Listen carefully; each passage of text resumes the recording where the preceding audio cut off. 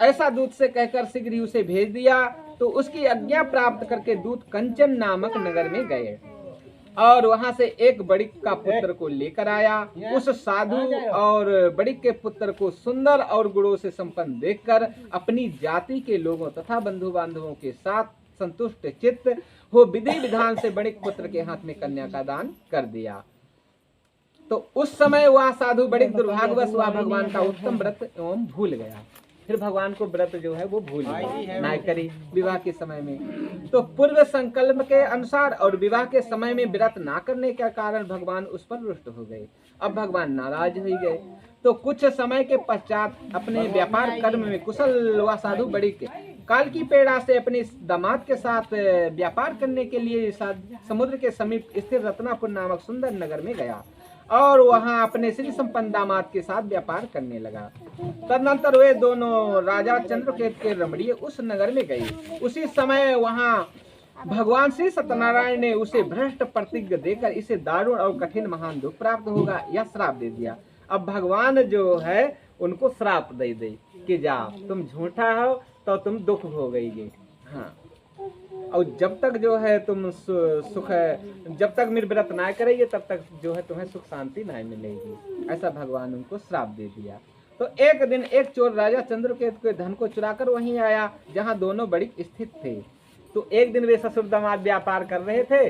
तो एक चोर जो रहे और वो जौन नगर में वे करते रहे व्यापार, उसी नगर में जो रहे एक राजा रहता रहे। उसी राजा के घर में चोरी पड़ी हुई गई और वे चोर जो है चोरी कर करके और जो है गठरी ले करके अब जहाँ वे ससुर दामाद रहे तो वहीं जा करके गठरी रख के गठरी और वे चोर जो रहे छुपी गए। हाँ, छुपी गए। तो वह अपने पीछे दौड़ते हुए दूतों को देखकर भयभीत चित्त धन वहीं छोड़कर शीघ्र ही छिप गया। और इसके बाद राजा के दूत वहां आ गए जहां दोनों साधु बड़िक स्थित थे। वहां राजा के धन को देखकर वे दूत उन दोनों बड़िक पुत्र को बांध कर ले आए और हर्षपूर्वक दौड़ते हुए बोले, प्रभु हम दो चोर पकड़ लाए हैं, इन्हें देखकर आप आज्ञा दे। राजा की आज्ञा से ही दृढ़ता पूर्वक बांधकर बिना विचार किए महान कारागार में डाल दी गई। तो ससुर दामाद के पास में जब गठरी रखी तो वे ससुर दामाद चोर है ना, तो उन्हीं को बांध करके वे ले गए राजा के जो है गढ़। तो उनको ले जा करके जो है वो राजा से बोले जे ही है चोर, और बिना जो है विचार किए उनको जो है कारागार में डाल दिए गए। हाँ, ससुर दामाद को। तो भगवान सत्यदेव की माया से किसी ने उन दोनों की बात नहीं सुनी और वे कहते रहे कि हम चोर नाए हैं नहीं। तो कोई भी इनकी बात ना सुनी क्योंकि भगवान के श्रापी हैं वे। भगवान तो उनको श्राप दे दी। तो दोनों धन चंद्रकेतु ने उन दोनों का धन भी ले लिया और जितना वो धन संपत्ति ले रहे हैं वे तो व्यापारी रहे, व्यापार के लिए तो गई रहे। तो बहुत सारा उनके पास में धन रहे। तो सारा जो है सारा धन और राजा वे धनों ले ले इनको।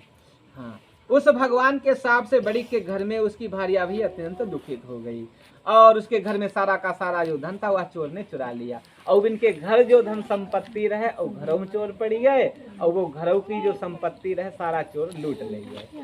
हाँ, अब वे माँ और बेटी जो रहे अब बेहू भूख और प्यास से जो है अन्न की चिंता से दर दर बेहू भटकने लगी। खान के लिए इनके कुछ ना बचे।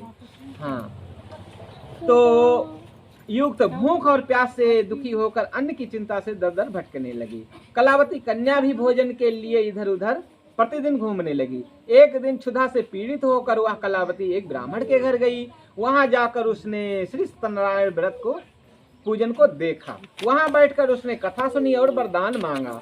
तदनंतर प्रसाद ग्रहण करके वह कुछ रात होने पर घर गई। तो माता लीलावती ने कलावती कन्या से प्रेम पूर्वक पूछा, पुत्री रात में तू कहाँ रुक गई थी, तुम्हारे मन में क्या है? तो कलावती कन्या ने तुरंत माता से कहा, माँ मैंने एक ब्राह्मण के घर में मनोरथ प्रदान करने वाला सतव्रत देखा है। कन्या की उस बात को सुनकर वह बड़ी की भारिया व्रत करने को तैयार हुई और प्रसन्न मन से उस साध्वी ने बंधु बांधवों के साथ भगवान श्री सत्यनारायण का व्रत किया और तथा इस प्रकार प्रार्थना की, भगवान आप हमारे पति एवं जमाता के अपराध को क्षमा करें। वे दोनों शीघ्र आ जाएं और इस व्रत के प्रभाव से भगवान सत्यनारायण पुनः संतुष्ट हो गए। अब जो है उसकी बिटिया जो भगवान की जो है कथा पूजन को देख करके आई और प्रसाद पा करके और अपनी माता से बोली कि मैंने एक ब्राह्मण के घर में गई और वहाँ जा करके जो है भगवान सत्यनारायण का पूजन देखा। तब उसकी माता को याद आएगी कि तुम्हारे पिता जो है वो संकल्प लिए बैठे हैं, इसी कारण जो है दुखी हम लोग हैं। तब उसकी माँ जो है भिक्षा मांग करके ला करके वो भगवान को कथा पूजन को रखा और वरदान मांगा कि हे भगवान, हमारे पति और एवं हमारे दामाद जो है वो शीघ्र ही सही सलामत घर वापस आ जाए। तो नृपश्रेष्ठ चंद्रकेतु ने तो उसी के जो है कथा करने से जो है फिर वो भगवान जो है उनको जौन राजा बंदी बना करके रखा रहे वही राजा को जो है वही रात सपना हुआ और भगवान उनको सपना दिया। तो सपन में जो है संतुष्ट हो करके कहा, नृपश्रेष्ठ चंद्रकेतु को सपने दिखाया और स्वप्न में कहा नृपश्रेष्ठ प्रातः काल दोनों महाजनों को छोड़ दो और वह सारा धन भी दे दो जो तुमने उनसे इस समय ले लिया है, अन्यथा राज धन पुत्र सहित तुम्हारा सर्वनाश कर दूंगा। ऐसा भगवान उनको सपना में कहा। हाँ, तो राजा से स्वप्न में ऐसा कहकर भगवान सत्यनारायण अंतर्ध्यान हो गए। इसके अनंतर प्रातः काल राजा ने अपने सभासदों की सभा के मध्य बैठकर अपना स्वप्न लोगों को बताया और कहा दोनों बंदी बड़े पुत्र को शीघ्र ही मुक्त कर दो। और राजा की ऐसी बात सुनकर वो राजपुरुष दोनों महाजनों को बंधन मुक्त करके राजा के सामने लाकर विनय पूर्वक बोले, महाराज बेड़ी बंधन से मुक्त करके दोनों बड़ी पुत्र लाए गए हैं। इसके बाद दोनों महाजन बड़ी पुत्र नृपश्रेष्ठ चंद्रकेतु को प्रणाम करके अपने पूर्व वृत्तांत का स्मरण करते हुए बह बेहल हो गए और कुछ बोल ना सके। राजा ने बड़ी पुत्र को देखकर आदर पूर्वक कहा, आप लोगों को प्रारब्धवश या महान दुख प्राप्त हुआ है, इसके इस समय अब कोई भय नहीं है। ऐसा कहकर उनकी बेड़ी खुलवाकर छोड़ आदि कर्म कराया। राजा ने वस्त्र अलंकार देकर उन दोनों बड़ी पुत्रों को संतुष्ट किया और तथा सामने बुलाकर बाणी द्वारा अत्यधिक आनंदित किया। पहले जो धन लिया था उसे दुगना करके दिया। तदनंतर राजा ने पुनः उनसे कहा, साधु अब आप अपने घर को जाएं। राजा को प्रणाम करके आपकी कृपा से हम जा रहे हैं। ऐसा कहकर उन दोनों महावैश्यों ने अपने घर की ओर प्रस्थान किया। तो इस प्रकार से स्कंद पुराण के अंतर्गत रेवाखंड श्री सत्यनारायण व्रत कथा का यह तीसरा अध्याय पूरा हुआ। बोलो सत्यनारायण भगवान की जय।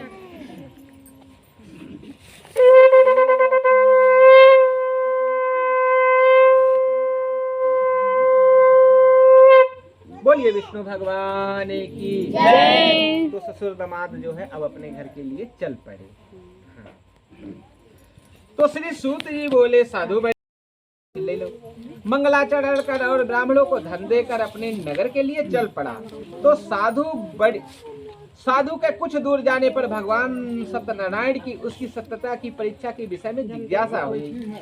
तो भगवान के मन में फिर इच्छा प्रकट हुई कि इनकी परीक्षा लो मैं जाकर। तो दोनों ससुर दामाद को जो है जाकर के आगे चल करके एक सन्यासी का डंडी का योग रख करके और आगे चल करके जो मार्ग में आ रहे थे उसी मार्ग में आगे उनको मिले। हाँ।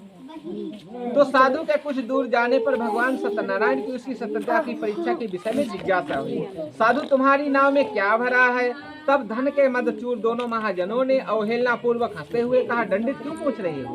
क्या कुछ द्रव्य लेने की इच्छा है? हमारी नाव में तो लता और पत्ते आदि भरे हैं। ऐसी निष्ठुर वाणी सुनकर तुम्हारी बात सच हो जाए। ऐसा कहकर दंडी सन्यासी का रूप धारण किए हुए भगवान कुछ दूर जाकर समुद्र के समीप बैठ गए। तो डंडी के जले जाने पर नित्य क्रिया करने के पश्चात उतराई हुई जल में ऊपर की ओर उठी नौका को देखकर साधु बड़ी अत्यंत आश्चर्य में पड़ गया और नाव में लता और पत्ते आदि को देखकर मूर्छित होकर पृथ्वी पर गिर पड़ा। सचेत होने पर बड़ी पुत्र चिंतित हो गया। तब उसके दामाद ने इस प्रकार कहा, आप शोक क्यों करते हैं? दंडी ने श्राप दे दिया है, इस स्थिति में वही चाहे तो सब कुछ कर सकते हैं, इसमें संशय नहीं। अतः उन्हीं के शरण में हम चले, वही मन की इच्छा पूर्ण होगी। दामाद जमाता की बात सुनकर वह साधु बड़ी उनके पास गया और वहां डंडी को देखकर उसने भक्ति पूर्वक उन्हें प्रणाम ही किया तथा आदर पूर्वक कहने लगा, आपके सन्मुख मैंने जो कुछ कहा असत्य भाषण रूप अपराध किया है आप मेरे उन अपराध को क्षमा करें। ऐसा कहकर बारंबार प्रणाम करके वह महान शोक से आकुल हो गया। तो दंडी ने उसे रोता हुआ देखकर कहा, हे मूर्ख, रो मत, मेरी बात सुनो। मेरी पूजा से उदासीन होने के कारण मेरी आज्ञा से ही तुमने बारंबार दुख प्राप्त किया है।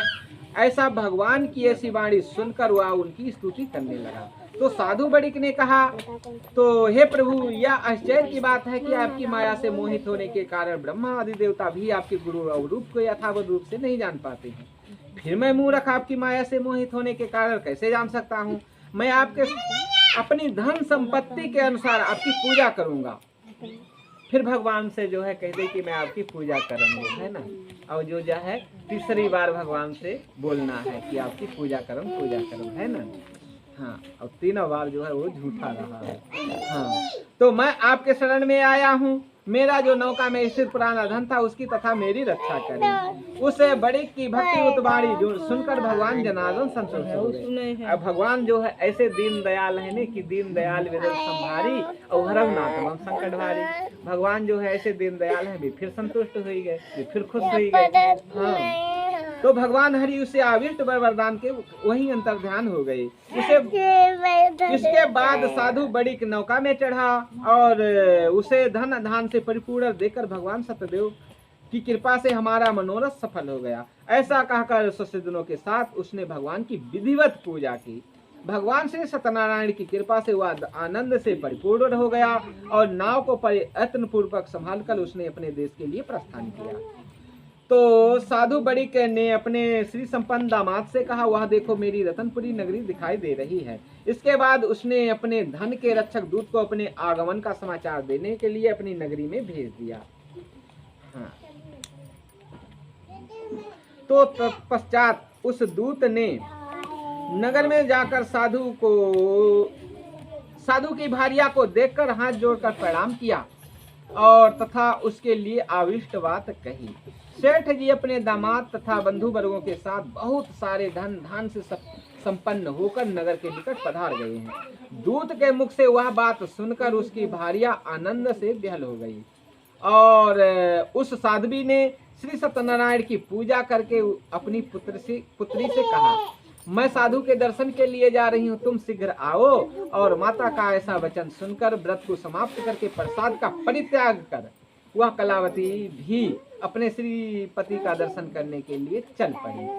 अब उन बे माँ बेटी जो रहे वे वहाँ पर घर में जो रहे भगवान के पूजन को ऐसे रखे रहे ने, तो भगवान को पूजन को रखे। अब वहाँ को समाचार सुनी कि साधु जो है अपने बहुत सारे धन के साथ में जो है अपने दामाद के साथ और नगर के निकट पधार गए हैं। तो भगवान का जो है प्रसाद को त्याग करके और कथा को ऐसे छोड़ करके अब वे चल पड़ी अपने पति के दर्शन के लिए। हाँ, अब बताओ भगवान को पूजन को उत्तम है कि वे पति का दर्शन उत्तम है? पति का दर्शन। तो ऐसे करके चल पड़ी। अब अपनी बेटी से कहा, बेटी तू भगवान को जो है पूजन करके आराम से आना और मैं तो जा रही तेरे पिता के दर्शन करने के लिए। तो उसकी बेटी बोली कि मेरे भी तो पति है, मैं भी जाऊंगी अपने पति के दर्शन के लिए, है ना। तो वो भी भगवान को छोड़ करके ऐसे चल पड़ी। इससे भगवान जो है रुष्ट हो गए। हाँ।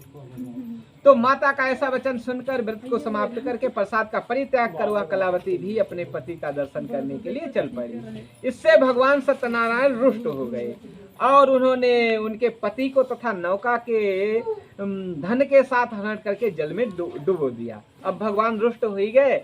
तो जब तक ये पहुंचे हैं अपने उनके पति के पास में, तब तक जो है भगवान वहां जा करके और नौका भरी नौका जो है और दामाद के साथ में और नौका को हरण करके जल में डुबाए देंगे। हाँ।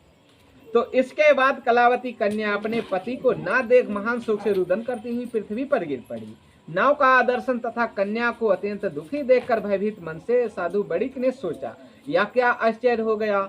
नाव का संचालन करने वाले भी सभी चिंतित हो गए और तदनंतर वह लीलावती भी कन्या को देखकर बेहाल हो गई और अत्यंत दुख से विलाप करती हुई अपने पति से इस प्रकार बोली, अभी अभी नौका के साथ वह दामाद कैसे आलक्षित हो गया। ना जाने किस देवता के अपेक्षा से नौका हरण कर ली गई है, अन्यथा श्री सत्यनारायण का महात्मा कौन जान सकता है। ऐसा कहकर वह ससुरों के साथ विलाप करने लगी और कन्या कलावती को गोद में लेकर रोने लगी। तो कलावती कन्या भी अपने पति के नष्ट हो जाने पर दुखी हो गई और पति की पादुका लेकर उनका अनुगमन करने के लिए अब वो पति की पादुका लेकर जो है और वही समुद्र में वो भी कूदनी चाहिए कि मैं भी समुद्र में कूद करके और साधु के अपने पति के साथ जो है सती हुई जाऊंगी। हाँ, तो इसके मन में निश्चय किया। कन्या के इस आचरण को देखकर भयभीत भार्या सहित हुआ धर्मज्ञ साधु बड़ी अत्यंत शोक संतप्त हो गया और सोचने लगा, या तो भगवान सत्यनारायण ने हमारा इस दामाद के साथ धन धान से इस भरी नौका का अपहरण किया है, अथवा हम सभी भगवान सत्यदेव की माया से मोहित हो गए हैं। अपने धन संपत्ति के अनुसार मैं भगवान सत्यनारायण की पूजा करूंगा। सभी को बुलाकर इस प्रकार कहकर उसने अपने मन की इच्छा प्रकट की और बारंबार भगवान सत्यदेव को दंडवत प्रणाम किया। इससे दीनों के प्रतिपालक भगवान सत्यनारायण पुनः प्रसन्न हो गए। तो भगवान फिर प्रसन्न हो गए। हाँ, तो भक्त वत्सल भगवान ने कृपा पूर्वक कहा, तुम्हारी अब भगवान बोले आकाशवाणी भई कि तुम्हारी कन्या प्रसाद छोड़कर अपने पति को देखने चली आई है। निश्चय ही इसी कारण उसका पति अदृश्य हो गया।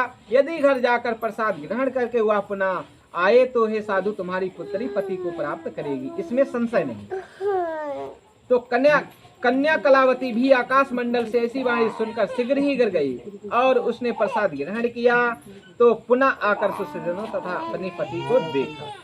तब कलावती कन्या ने अपने पिता से कहा, अब तो घर चले विलंब क्यों कर रहे हैं। तो कन्या की वह बात सुनकर बड़ी पुत्र संतुष्ट हो गया और विधि विधान से भगवान सत्यनारायण का पूजन करके तथा बंधु बांधवों के साथ अपने घर गया।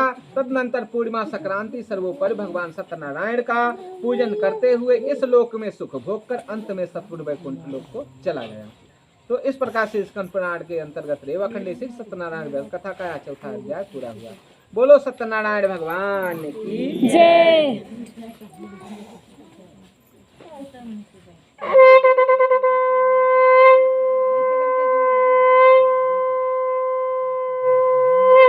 बोलिए विष्णु भगवान की जय। बोलिए उमापति महादेव की जय। बोलिए सदगुरुदेव भगवान की जय।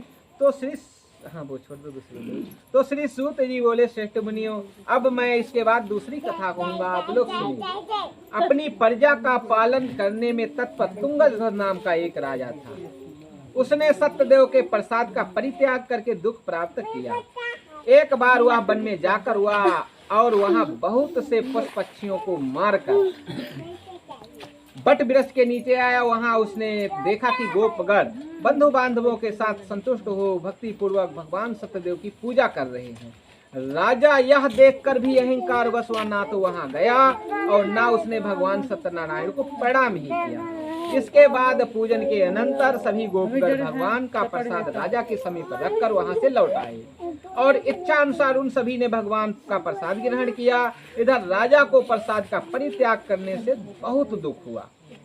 उसका संपूर्ण धन धान एवं सभी सब पुत्र नष्ट हो गए। अब देखिए, राजा जो रहे एक